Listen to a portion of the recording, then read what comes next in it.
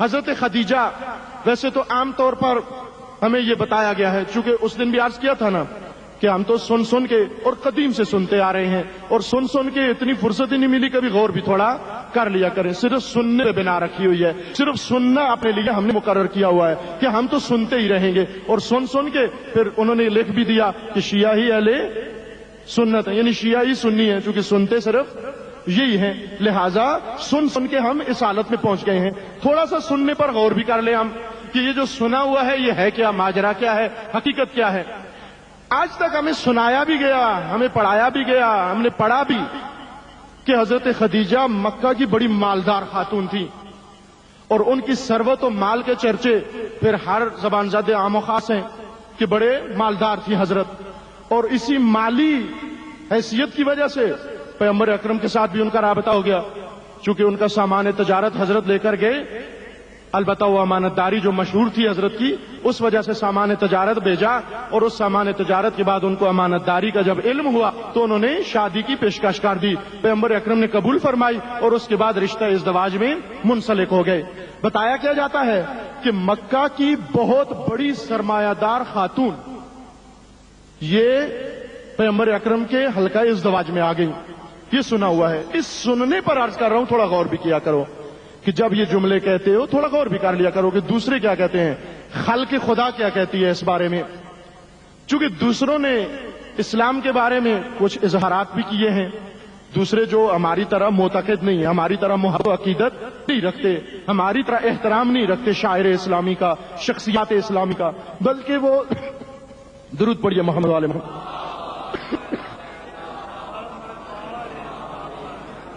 یا دشمن بن کر سوچتے ہیں، یا ایک لا تعلق اور غیر جانبدار انسان بن کر سوچتے ہیں. یا دشمنی کے ساتھ اسلام کے بارے میں نگاہ کرتے ہیں، یا غیر جانبدار بن کر نگاہ کرتے ہیں. اب اسی واقعے کو اور اسی سنی ہوئی بات کو آپ آ کر دیکھیں، غیر جانبدار کیا کہتے ہیں یا دشمنان دین اس کے بارے میں کیا کہتے ہیں. کیا کہا انہوں نے؟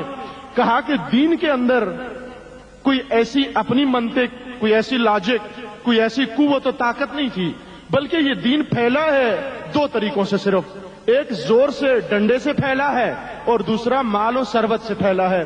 یعنی دھمکی اور لالچ کا دین ہے.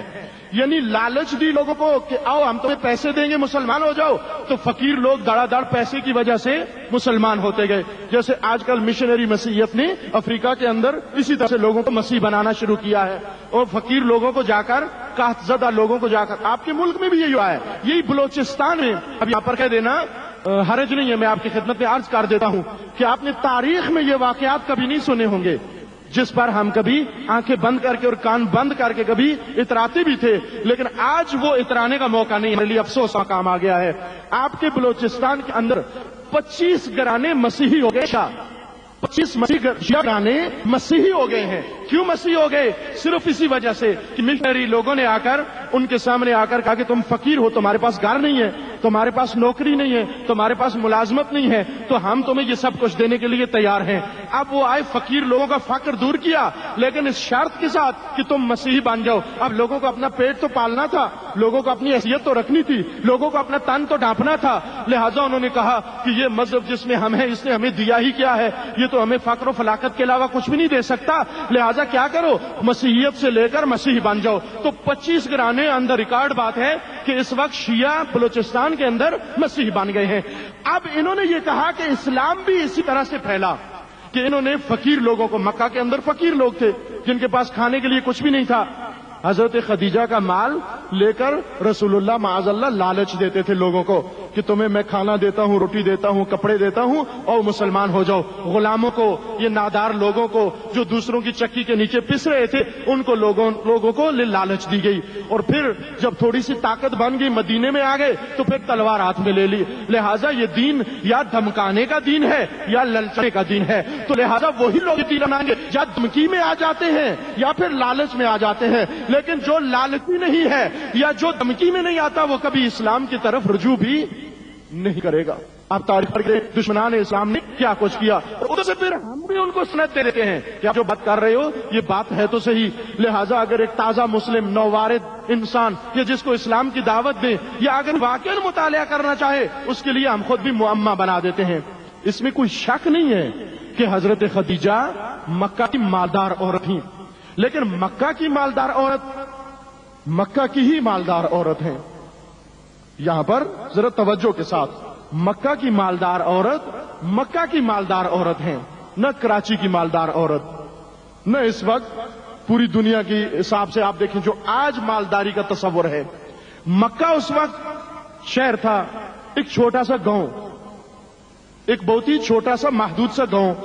اس گاؤں کے اندر کچھ تاجر رہتے تھے، معیشت کے اعتبار سے بات کر رہا ہوں، نہ اعتقادات کے حوالے سے. تھے تو بت پرست، تھے تو سارے مشرک، لیکن ان مشرکوں میں چند طبقے، ان میں سے کچھ محدود گھرانے یا محدود افراد وہ تجارت کیا کرتے تھے.